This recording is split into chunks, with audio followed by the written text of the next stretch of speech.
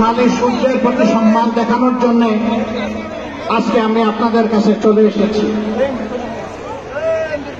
পীরগঞ্জের আপামর জনগণ, আজকে এখানে কোনো জনসভা নয়, কোনো মিটিং নয়, অন্তরে দ্রোহ, অন্তরে আগুনের জ্বালা, 15.5 বছরের গোটা জাতির উপর নির্যাতনের কষ্ট নিয়ে আজকে আপনাদের সামনে হাজির হয়েছি। এই 15.5 বছরে ইতিমধ্যে আমাদের জীবন থেকে 32টা ঈদ বিদায় নিয়েছে, কিন্তু বাংলাদেশের মানুষ ঈদ উদযাপন করতে পারে না।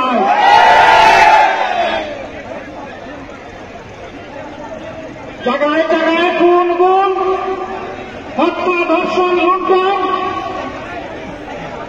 মানুষের উপর সীমাহীন নির্যাতন, জুলুম গোটা জাতির শ্বাস বন্ধ করে দিয়েছিল।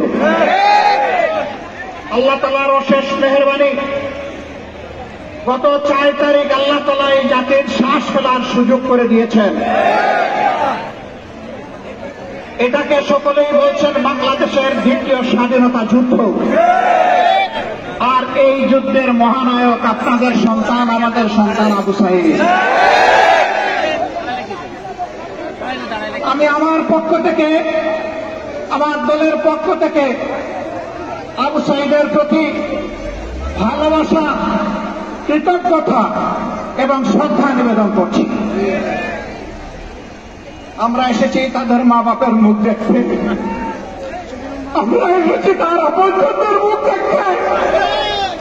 সেই গর্বিত সন্তান জাতিকে মুক্তির পথ দেখানোর জন্য হাতগুলো পাখির ডানার মতো 2 দিকে দিয়ে বুক চেপে দাঁড়িয়ে বলেছিল, বুকের ভিতরে টেপা দেওয়া, তোদের ইচ্ছা হবে আমার মুখে গুলি কর। ভাষণরা তার মুখের কথা শুনেছে, বুকের ভাষা বুঝতে ব্যর্থ হয়েছে। এই জন্য এদেশে আপামর জনগণের ট্যাক্সের টাকায় কিনা অস্ত্র আর ভুলের দিয়ে আমাদের কলিজার টুকরার কলিজাকে ঝাঁঝরা করে দিয়েছে। আমরা ধিক্কার জানাই। এই কাজ যারা করেছে তারা মানুষ নয়, তারা পশু। এই পশুদের বিচার অবশ্যই হবে এবং ইনশাআল্লাহ বাংলার মাটিতে এদের বিচার হবে। শুধু গুলি করা নয়, এই গুলির নির্দেশদাতাদেরও বিচার হতে হবে, ষড়যন্ত্রকারীদের বিচার হতে হবে। বিচারের একটা অংশ ইতিমধ্যে হয়ে গিয়েছে, আর তার আগে টের পেয়েছেন। আলহামদুলিল্লাহ। তুইজ্জু মান তাশাউ ওয়া তুযিল্লু মান তাশাউ বিয়াদিকাল খায়র। ইজ্জত এবং বেইজ্জতের চাবি কার হাতে? কল্যাণের পুষ্পফলক কার হাতে? আল্লাহ তাআলার হাতে। সেই আল্লাহ তাআলা সম্মান দেওয়ারও মালিক, অপমানিত করারও মালিক। আল্লাহ তাআলা ক্ষমতা দেন এবং ক্ষমতা নেন। ক্ষমতায় গিয়ে বুঝ থাকে নাই।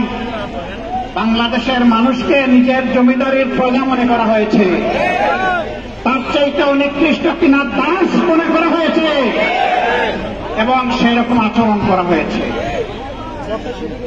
এখান থেকে সকলের শিক্ষা নেওয়া উচিত। সম্মানিত ভাইয়েরা, আমি আর কথা বাড়াতে চাই না। আল্লাহ এই মাটিকে ইতিহাসের অংশ বানিয়ে দিলেন। এই গৌরব শুধু আপনাদের, আপনাদের এই সন্তান, এই মুক্তিযুদ্ধের মহানায়ক, তার পরিবার চেয়েছে তাকে বীর ঘোষণা দেওয়া হোক। আমরা বলছি সে বীর নয়, সে তো মহানায়ক। কে ঘোষণা দিল না দিল তা জানি না, কিন্তু বাংলাদেশের 18 কোটি মানুষ এই ঘোষণা দিয়ে ফেলেছে। এটা জনগণের ঘোষণা, এটাই শ্রেষ্ঠ ঘোষণা। এরপরে যদি কোন সরকার দেয় আমরা তাদেরকে মোবারকবাদ জানাবো। আমরা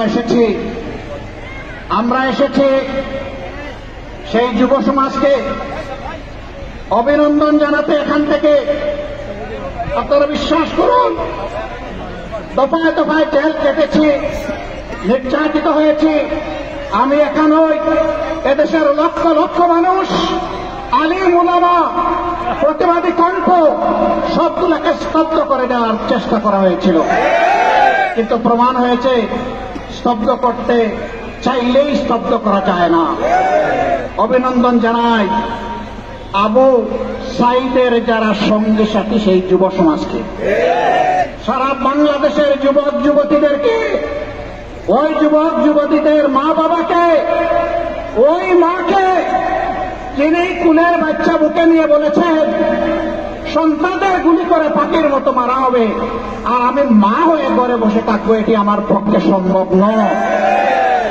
আলহামদুলিল্লাহ, এটি ছিল জনতার অভূতপূর্ব উত্থান, এবং সেই গণ উত্থানে আল্লাহর শপথ 15.5 বৎসরের জমায়েত, জঞ্জাল, জুলুম বেঁচে গিয়েছে এবং চিরদিনের জন্য বেঁচে যাবে ইনশাআল্লাহ। যারা এই জাতিকে অপমানিত করেছে তারা কখনো সম্মানিত হতে পারবে না। ক্ষমতায় শেষ করতে টিকে থাকার জন্য একদিন আগেও বেপরোয়া ভাবে 136 জন মানুষকে হত্যা করা হয়েছে। আমরা সেই সমস্ত মাদেরকে আমাদের পক্ষ থেকে সহানুভূতি এবং কৃতজ্ঞতা জ্ঞাপন করছি, যারা তাদের বুকের তন হারিয়েছে। বাবাদেরকে করছি, আমাদের সেই সমস্ত বোনদেরকে করছি যারা তাদের স্বামী হারিয়েছে, এতিম বাচ্চাদেরকে করছি যারা তাদের বোনদেরকে করছি যারা তাদের ভাই হারিয়েছে, ভাইদেরকে করছি যারা তাদের আপন ভাইকে হারিয়েছে। আপনাদেরকে অভিনন্দন, আপনাদের প্রতি জাতি কৃতজ্ঞ। আল্লাহ আপনাদেরকে সবরে জামিলা থাকুন। যুব সমাজকে অভিনন্দন আবারও জানাই। এক কৃতিত্ব ভাই তোমাদের, এই জাতি তোমাদের জন্য চিরদিন তোমাদের কাছে ঋণী থাকবে ইনশাআল্লাহ। কিন্তু তোমাদের প্রতি আমার অনুরোধ, ছেড়ে দিও না এই জাতিকে, ঠিক চোখ চোখ দিয়ে থাকিয়ে থাকো। আগামীটাও তার যেন স্বৈরাচার হয়ে উঠতে না পারে। আগামীর বাংলাদেশ যেন হয় স্বৈরাচার মুক্ত বাংলাদেশ, মুক্ত বাংলাদেশ, ইনসাফের বাংলাদেশ, প্রত্যেকটি নাগরিকের গর্বের সাথে বেঁচে থাকার বাংলাদেশ। আমরা সেই বাংলাদেশের অপেক্ষায় থাকলাম। আবারও আপনাদেরকে অনেক সালাম, অনেক শুভেচ্ছা, অনেক অভিনন্দন, অনেক কৃতজ্ঞতা। আপনারা দোয়া করবেন আমাদের এই মজলুম দল আপনাদের পাশে, জনগণের পাশে, জাতির ক্রান্তি লগ্নে সুখে এবং দুঃখে উভয় অবস্থায় যাতে আপনাদের পাশে থাকতে পারে আমাদের জন্য দোয়া করবেন। আপনাদের এই ভালোবাসার জন্য আমি অভিভূত। আপনারা কষ্ট করে এসেছেন, আমার পক্ষ থেকে আপনাদেরকে কিছুই দেওয়া সম্ভব নয়, শুধু কৃতজ্ঞতাটুকু আর শুধু ভালোবাসাটুকু।